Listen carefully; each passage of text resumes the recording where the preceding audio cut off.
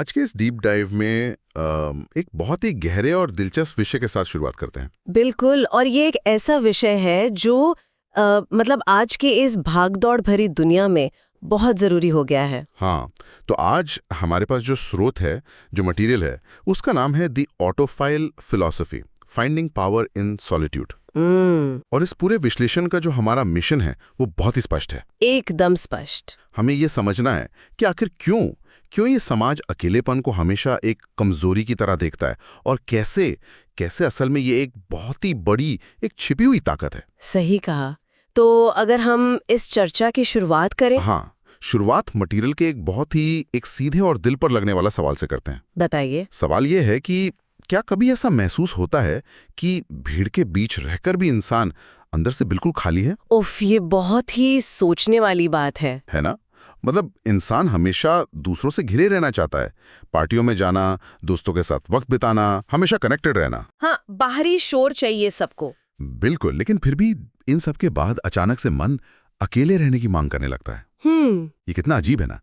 बाहर से एक भरी हुई शोरगुल वाली दुनिया चाहिए, लेकिन भीतर से एक अजीब सा खालीपन महसूस होता रहता है।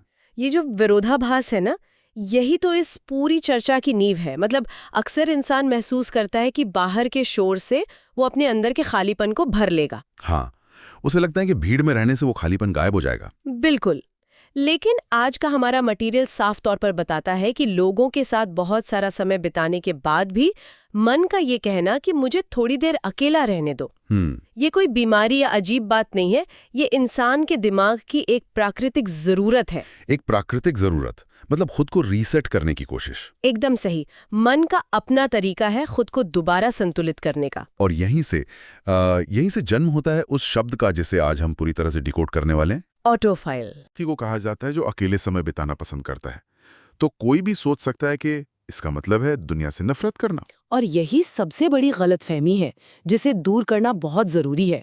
अक्सर अकेलेपन को दुनिया से कट जाने या चिड़चिड़ेपन से जोड़ के देखा जाता है। लोग सोचते हैं कि ऐसा इंसान लोगों से नफरत करता है। बिल्कुल, लेकिन इस फिलॉसफी में बहुत स्पष्ट रूप से इस बात का खंडन किया गया है।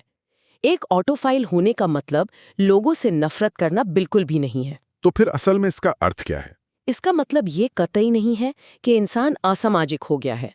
इसके बजाय ये अपने अंदर की दुनिया, जिसे हम इनर वर्ल्ड कहते हैं, इनर वर्ल्ड, हाँ, उस अंदर की दुनिया को समझने की एक गहरी इच्छा है। ये एक चुनाव है, कोई मजबूरी नहीं। मुझे यहाँ वो रूपक याद आ रहा है जो इस मटेरियल में दिया गया है, और वो सच में बहुत सटीक है। वो शोरगुल वाले कमरे वाला। हाँ, वही। कल्पना कीजिए कि एक इंसान एक ऐसे कमरे में खड़ा है जहाँ बहुत तेज संगीत बज रहा है, लोग जोर जोर से बातें कर रहे हैं, बाहर से गाड़ियों के हॉर्न की आवाज आ रही है। बिल्कुल। और उस भारी शोरगुल वाले कमरे में कोई बहुत ही धीमी आवाज में फुसफुसाकर कुछ बेहद महत्वपूर्ण बताने की कोशिश कर रहा हो। तो क्या वो फुसफुसाहट उस शोर में सुनाई देगी? बिल्कुल नहीं, सवाल ही नहीं उठता। बस यही इस मटेरियल का मुख्य बिंदु है। जब इंसान अकेला होता है, केवल तभी उसे अपनी असली सोच या कह लें ट्रू थॉट सुनाई देती हैं। और वो फुसफुसाहट दरअसल इंसान की अपनी ही असली आवाज है। सही कहा, जो बाहरी दुनिया के शोर में कहीं दबकर रह जाती है। एकदम सही। अगर हम इस फुसफुसाहट वाले रूपक को इंसानी सोच की स्पष्टता से जोड़ें, तो हम पाते हैं कि हमारा दिमाग हर समय जानकारी को प्रोसेस कर रहा होता है, बिना रुके। हाँ, जब कोई व्यक्ति लगातार लोगों के बीच होता है तो उसका दिमाग दूसरों की बातों, उनकी प्रतिक्रियाओं पर काम कर रहा होता है। वो एक तरह से रिएक्शन मोड में होता है ना? एग्जैक्टली। लेकिन जब इंसान अकेला होता है, जब वो शोरगुल वाला कमरा एकदम शांत हो जाता है, तब वो अपनी उस फुसफुसाहट को सुन पाता है। और यही वो पल होता है जब इंसान असल में खुद से जुड़ता है। बिल्कुल। लेकिन एक मिनट के लिए यहाँ रुकते हैं। ये सुनने में बहुत अच्छा लगता है कि इंसान अकेले में खुद से जुड़ता है, लेकिन असल जिंदगी में एक बहुत बड़ी अड़चन है समाज का नजरिया। हाँ, हमारा समाज बचपन से ही हमें ये सिखाया जाता है कि जो इंसान अकेला बैठा है वो या तो उदास है या उसमें कोई कमी है, या वो दोस्त बनाने में असमर्थ है। बिल्कुल। अगर कोई कहे कि वो शुक्रवार की रात को बस घर पे अकेले रहना चाहता है, तो लोग उसे अजीब नजरों से देखते हैं। अकेलेपन को हमेशा एक नेगेटिव चश्मे से, एक कमजोरी की तरह ही क्यों देखा जाता है? क्योंकि देखिए, समाज हमेशा समूह को, भीड़ को ताकत मानता है। समाज की संरचना ही ऐसी है कि वो एकता में बल है वाले सिद्धांत पर चलता है। तो जो अलग है वो अजीब है। हाँ, इसलिए जब कोई व्यक्ति खुद की मर्जी से अकेला रहना चुनता है तो समाज उसे खतरे आए एक अजीब व्यवहार के रूप में देखता है। उन्हें लगता है कि ये नियमों पर नहीं चल रहा है। सही बात है, लेकिन आज की जो फिलॉसफी हम समझ रहे हैं वो हमें याद दिलाती है कि सच्चाई इसके बिल्कुल उलट है। कैसे? आज की दुनिया में जहाँ हर जगह शोर है, वहाँ खामोशी को चुनना कोई कमजोरी नहीं बल्कि एक बहुत बड़ी मानसिक ताकत है। और इस शोर की जो बात हो रही है ना, वो आज के समय में बहुत ही खतरनाक स्तर पर पहुंच चुका है। बहुत ज्यादा। आज शोर का मतलब सिर्फ ट्रैफिक या लाउड स्पीकर की आवाज नहीं है। मटेरियल में जिन चीजों को शोर बताया गया है वो सच में आंखें खोलने वाली हैं। फोन, हाँ, फोन के लगातार बजने वाले नोटिफिकेशंस, सोशल मीडिया की फीड, लोगों की राय और सबसे बढ़कर दूसरों की उम्मीदें, ये सब आज की दुनिया का सबसे बड़ा और सबसे खतरनाक शोर है। बिल्कुल। और जो इनसाइट यहाँ निकल कर आती है, यानी कि इस बात का असल मतलब क्या है, वो ये है कि इस लगातार चलने वाले बाहरी शोर के कारण इंसान अपनी खुद की आवाज पूरी तरह से भूल जाता है। एकदम सही। सोचिए, जब सुबह उठते ही सबसे पहले फोन हाथ में होता है तो इंसान खुद के विचार सोचने से पहले पूरी दुनिया के विचार पढ़ने लगता है। सोशल मीडिया स्क्रॉल करने लगता है। हाँ, दूसरों की बेहतरीन जिंदगी देखकर इंसान ये तय करने लगता है कि उसकी अपनी जिंदगी कैसी होनी चाहिए। मतलब दूसरों की उम्मीदें इतनी हावी हो जाती हैं कि इंसान भूल ही जाता है कि उसे असल में खुद से क्या उम्मीदें थीं। यही तो सबसे बड़ा नुकसान है इस शोर का। ये तो सच में डराने वाला है। इसका मतलब तो ये हुआ कि इंसान अपने ही दिमाग में एक किराएदार की तरह रहने लगता है। बहुत अच्छी तुलना है ये। जबकि मकान मालिक कोई और बन चुका होता है, यानी ये समाज, सोशल मीडिया और बाहरी शोर। और यही कारण है कि इंफॉर्मेशन ओवरलोड के इस दौर में खामोशी एक बहुत ही दुर्लभ विलासिता, एक लग्जरी बन गई है। पहले के समय में ऐसा नहीं था ना? बिल्कुल नहीं। पहले खामोशी स्वाभाविक रूप से मिल जाती थी। रात को कोई काम नहीं होता था, कोई स्क्रीन नहीं होती थी। लेकिन आज खामोशी कमानी पड़ती है। हाँ, फोन को बंद करना पड़ता है, वाईफाई ऑफ करना पड़ता है। आज के दौर में खामोशी एक ऐसी चीज है जिसके लिए बहुत ही सचेत और जानबूझकर प्रयास करना पड़ता है। लेकिन जब इंसान ये सचेत प्रयास करता है, जब वो थोड़ा समय अकेले बिताता है, तो एक बहुत ही सकारात्मक बदलाव आना शुरू होता है। दिमाग स्पष्ट होना शुरू होता है। मुझे वो गंदे पानी वाला उदाहरण बहुत पसंद है जो कभी कभी दिया जाता है। हाँ, वो बहुत सटीक है। अगर एक ग्लास में गंदा पानी है और उसे लगातार हिलाते रहें तो वो गंदा ही दिखेगा। लेकिन अगर उसे कुछ देर के लिए बिल्कुल शांत छोड़ दें तो सारी गंदगी धीरे धीरे नीचे बैठ जाती है और साफ पानी ऊपर आ जाता है। अकेलेपन में, खामोशी में इंसान के दिमाग के साथ बिल्कुल यही होता है। बहुत ही खूबसूरत तरीके से समझाया। और ये कोई हवाई बात नहीं है, ये विज्ञान है। मतलब जब दिमाग शांत होता है तब असल काम होता है। हाँ, जब दिमाग को बाहरी सूचनाओं से आराम मिलता है तब वो अंदर मौजूद सूचनाओं को तरतीब में लगाना शुरू करता है, पुरानी यादों और अनुभवों को जोड़ता है। बिल्कुल। तभी तो अक्सर ऐसा होता है कि अचानक से कोई नया और बेहतरीन आइडिया दिमाग में कौंध जाता है, शायद नहाते समय या चुपचाप टहलते समय। हाँ, ऐसा आइडिया फोन स्क्रॉल करते वक्त कभी नहीं आता। क्योंकि तब दिमाग सिर्फ दूसरों की दी हुई जानकारी को प्रोसेस कर रहा होता है, नया कुछ नहीं बना रहा होता। सही बात है। और यहाँ से ये चर्चा एक बहुत ही दिलचस्प दिशा में मुड़ती है।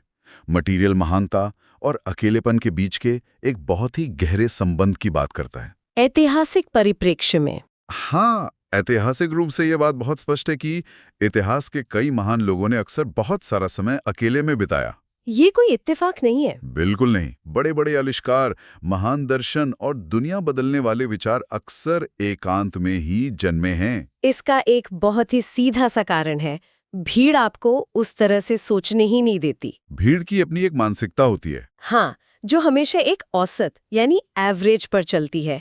भीड़ कभी रिस्क नहीं लेती, भीड़ कभी लीक से हटकर नहीं सोचती। लेकिन जो लोग महानता की ओर बढ़ते हैं उन्हें उस औसत सोच से बाहर निकलना ही होता है। और वो बाहर निकलने का रास्ता अकेलेपन से होकर ही गुजरता है। इस बात को पुख्ता करने के लिए स्रोत में एक बहुत ही प्रभावशाली लाइन है, एक ऐसा कोट जिसने सच में रुककर सोचने पर मजबूर कर दिया। कौन सा कोट? लाइन कुछ इस तरह है, भीड़ आपको व्यस्त बनाती है लेकिन अकेलापन आपको गहरा बनाता है। उफ, बहुत ही गहरी बात है। मैं इसे एक बार फिर दोहराना चाहूंगा, भीड़ आपको व्यस्त बनाती है लेकिन अकेलापन आपको गहरा बनाता है। इस एक लाइन में बहुत बड़ी सच्चाई छिपी है। व्यस्त होने और गहरा होने में बहुत बड़ा अंतर है। आज के समय में हर कोई व्यस्त है। बिल्कुल। भीड़ में इंसान बस क्रियाओं और प्रतिक्रियाओं में उलझा रहता है। ईमेल का जवाब देना, मीटिंग अटेंड करना, सोशल मीडिया पर कमेंट करना। वो बस भाग रहा है। लेकिन जब इंसान अकेला बैठता है तब वो गहराई में उतरता है। और गहराई में उतरने का मतलब है खुद से वो सवाल पूछना जो भीड़ के शोर में कभी नहीं पूछे जा सकते। हाँ, इस फिलॉसफी में 3 ऐसे अहम सवालों का जिक्र है जो अकेले बैठने पर दिमाग में आते हैं और जो एक इंसान को औसत से उठाकर असाधारण यानी एक्स्ट्रा ऑर्डिनरी बना देते हैं। चलिए इन 3 सवालों को थोड़ा बारीकी से समझते हैं। पहला सवाल है, मैं कौन हूं? नाम से सवाल है, घिसे पिटे लगते हैं ना? हाँ, लेकिन जब सच में अकेले बैठकर इन पर विचार करने की कोशिश करते हैं तो एहसास होता है कि इनका जवाब देना कितना मुश्किल है। ये सवाल इसलिए मुश्किल लगते हैं क्योंकि भीड़ में रहकर कोई भी इन सवालों का असल सामना नहीं करना चाहता। चलिए इन्हें एक-एक करके देखते हैं। मैं कौन हूं? ये सवाल इंसान को उसके पद, उसकी नौकरी, उसके रिश्तों और समाज में उसकी हैसियत से अलग करके देखने को मजबूर करता है। क्योंकि भीड़ में इंसान एक मैनेजर है, या डॉक्टर है, या पिता है। उसके पास एक लेबल होता है। लेकिन अकेले में जब ये सारे लेबल हट जाते हैं तब वो सिर्फ एक अस्तित्व है। उस वक्त खुद की पहचान करना बहुत डरावना हो सकता है। बिल्कुल। और फिर आता है दूसरा सवाल, मुझे जिंदगी से क्या चाहिए? मुझे लगता है आज के समय में इस सवाल का जवाब सबसे ज्यादा करप्ट हो चुका है। वो कैसे? क्योंकि अक्सर महसूस होता है कि इंसान को वो चाहिए जो वो इंस्टाग्राम पे देख रहा है। एक बड़ी गाड़ी, छुट्टियां, शोहरत। लेकिन क्या वो सच में उसकी अपनी चाहत है? यही तो बात है। और यही इस सवाल की ताकत है। मेरा मतलब है जब इंसान अकेला होता है तो ये सवाल दूसरों की उम्मीदों की परत हटा देता है। समाज क्या चाहता है, परिवार क्या चाहता है, ये सब पीछे छूट जाता है। अकेलेपन में इंसान अपनी असली चाहत को टटोलता है। उसे एहसास हो सकता है कि शायद उसे वो बड़ी कॉर्पोरेट जॉब नहीं चाहिए थी जिसके लिए वो दिन रात भाग रहा है, बल्कि उसे बस एक शांत जिंदगी चाहिए थी। एकदम सही। और तीसरा सवाल, मैं क्या बनना चाहता हूँ? मुझे लगता है ये सवाल इंसान के भविष्य की एक स्वतंत्र दिशा तय करने के लिए है। दिशा तय करना। ये ऐसा है जैसे एक पानी के जहाज का कप्तान भीड़ भाड़ वाले डेक से हटकर, जहां सब लोग पार्टी कर रहे हैं, अपने एक शांत केबिन में जाता है। हाँ, ताकि वो जहाज का सही रास्ता तय कर सके। अगर वो डेक पर ही रहेगा तो वो सिर्फ लोगों की बातें सुनेगा, दिशा कभी तय नहीं कर पाएगा। बहुत ही उम्दा उदाहरण है ये। और इसीलिए ये 3 सवाल इंसान के जीवन का कंपास बन जाते हैं। जो व्यक्ति इन सवालों के जवाब खुद अकेले में ढूंढ लेता है वो फिर भीड़ का अंधा हिस्सा नहीं रहता। उसका आत्ममंथन उसे एक स्पष्ट दिशा दे देता है और वो अपनी एक अलग पहचान बना लेता है। तो अब तक की चर्चा में हमने ये तो समझ लिया कि अकेलापन क्यों जरूरी है, इसके पीछे का विज्ञान क्या है और महानता से इसका क्या नाता है। बिल्कुल। लेकिन यहाँ पर जो सबसे बड़ा और सबसे व्यवहारिक सवाल उठता है वो ये है कि इसे अपनी आम जिंदगी में लागू कैसे किया जाए। Practical application. मटीरियल सिर्फ दार्शनिक बातें नहीं करता, बल्कि एक बहुत ही व्यावहारिक तरीका भी सामने रखता है। इसे 30 मिनट का नियम कहा गया है। रोजाना 30 मिनट्स खुद के साथ बैठना। हाँ, सुझाव यही है। लेकिन सच कहूं तो आज के समय में किसी से कहना कि 30 मिनट बिना फोन के, बिना किसी स्क्रीन के बस चुपचाप बैठो, ये तो किसी सजा जैसा लगता है। शुरुआत में तो शायद लोगों को घबराहट होने लगे। आपकी बात बिल्कुल सही है। ये 30 मिनट का नियम सुनने में बहुत छोटा और आसान लगता है, लेकिन मनोविज्ञान के नजरिए से ये एक बहुत बड़ा और मुश्किल कदम है। बिना फोन और काम के बैठना? हाँ, 30 मिनट के लिए बिना फोन, बिना किसी इंसान और बिना किसी काम के सिर्फ खुद के साथ बैठना, ये आज के समय में बहुतों के लिए विड्रॉल सिम्टम्स जैसा हो सकता है। हाथ बार बार फोन की तरफ जाएगा? बिल्कुल जाएगा। लेकिन ये फिलॉसफी हमें बताती है कि अगर इस शुरुआती घबराहट को पार कर लिया जाए और इस नियम का लगातार पालन किया जाए तो इंसान के जीवन में 4 बहुत ही स्पष्ट और क्रमिक बदलाव आने लगते हैं। चलिए इन चारों बदलावों पर थोड़ी गहरी चर्चा करते हैं। पहला बदलाव बताया गया है सोच का साफ होना। जैसा कि हमने वो गंदे पानी वाले उदाहरण में बात की थी, जब इंसान रोज 30 मिनट के लिए सभी बाहरी सूचनाओं को रोक देता है तो दिमाग को अपनी बिखरी हुई फाइलों को समेटने का समय मिल जाता है। विचारों की जो धुन छाई रहती है वो धीरे धीरे छटने लगती है। जो चीजें पहले बहुत उलझी हुई, जटिल और तनावपूर्ण लग रही थी, वे अचानक से स्पष्ट और सुलझी हुई लगने लगती हैं। इंसान को समझ आने लगता है कि असल में समस्या क्या है और समाधान क्या हो सकता है। बिल्कुल। इसके बाद जो दूसरा बदलाव आता है वो है आत्मविश्वास का बढ़ना। अब सोच के साफ होने का आत्मविश्वास से क्या लेना देना है? इन दोनों का बहुत ही गहरा और सीधा संबंध है। सोचिए, जब किसी की सोच साफ होती है तो उससे ये पता होता है कि वो जो भी कर रहा है वो क्यों कर रहा है। उसे अपने लिए गए फैसलों पर शक नहीं होता। आज के समय में लोगों का आत्मविश्वास इस बात पर टिका होता है कि सोशल मीडिया पर कितने लाइक्स मिले या बॉस ने क्या कहा। बाहरी वैलिडेशन। हाँ, लेकिन जब कोई व्यक्ति रोज खुद के साथ बैठता है, खुद की आवाज सुनता है, तो उसे बाहर के लोगों से वैलिडेशन की जरूरत कम होने लगती है। वो खुद को जानने लगता है। और यही आत्मनिर्भरता सच्चे और न टूटने वाले आत्मविश्वास को जन्म देती है। ये बात हमें सीधे तीसरे बदलाव की ओर ले जाती है, जो शायद आज के दौर की सबसे बड़ी महाशक्ति है, दूसरों की राय से कम प्रभावित होना। सबसे जरूरी चीज। मुझे लगता है आधा तनाव तो इसी बात का है कि लोग क्या कहेंगे। बिल्कुल। और जब किसी का आत्मविश्वास बाहर से नहीं बल्कि अंदर से आ रहा हो, तो दूसरों की नकारात्मक राय या आलोचना उसे आसानी से तोड़ नहीं सकती। वो एक तरह का मानसिक कवच पहन लेता है। हाँ, जब इंसान अपने अंदर की दुनिया को जान लेता है, अपनी कमियों और ताकतों को स्वीकार कर लेता है, तो बाहर के लोग उसके बारे में क्या सोचते हैं, ये बात उसके लिए उतनी मायने नहीं रखती। उसे पता होता है कि उसकी अहमियत दूसरों के विचारों पर निर्भर नहीं करती। सही बात है। और जब ये तीनों चीजें हो जाती हैं, सोच साफ हो जाती है, आत्मविश्वास बढ़ जाता है और दूसरों की परवाह खत्म हो जाती है, तब आता है चौथा और सबसे अहम बदलाव, अपने असली लक्ष्य को पहचानना। बिल्कुल। जब दिमाग से सारा शोर निकल जाता है, तब जो लक्ष्य सामने उभर कर आता है, वही इंसान का असली लक्ष्य होता है। वो लक्ष्य किसी दोस्त की नकल नहीं होता, किसी फिल्म से प्रभावित नहीं होता या माता पिता की उम्मीदों का बोझ नहीं होता। वो लक्ष्य पूरी तरह से 100% उस व्यक्ति का अपना होता है। और जब लक्ष्य अपना होता है तो उसे पाने की ऊर्जा भी अंदर से ही आती है। इन चारों बदलावों को गहराई से समझने के बाद इस पूरी चर्चा का एक ऐसा कोर विचार, एक ऐसा निष्कर्ष सामने आता है जिस पर मुझे लगता है कोई भी असहमत नहीं हो सकता। वो विचार क्या है? विचार ये है कि सच्ची ग्रोथ शोर में नहीं, खामोशी में होती है। ये इस पूरे विश्लेषण का सबसे मजबूत निचोड़ है। अगर एक पेड़ का ही उदाहरण लिया जाए तो उसकी जड़ें जमीन के नीचे गहरे अंधेरे और बिल्कुल खामोशी में ही बढ़ती हैं और मजबूत होती है। उसी तरह एक इंसान का मानसिक, भावनात्मक और आध्यात्मिक विकास भी खामोशी में ही होता है।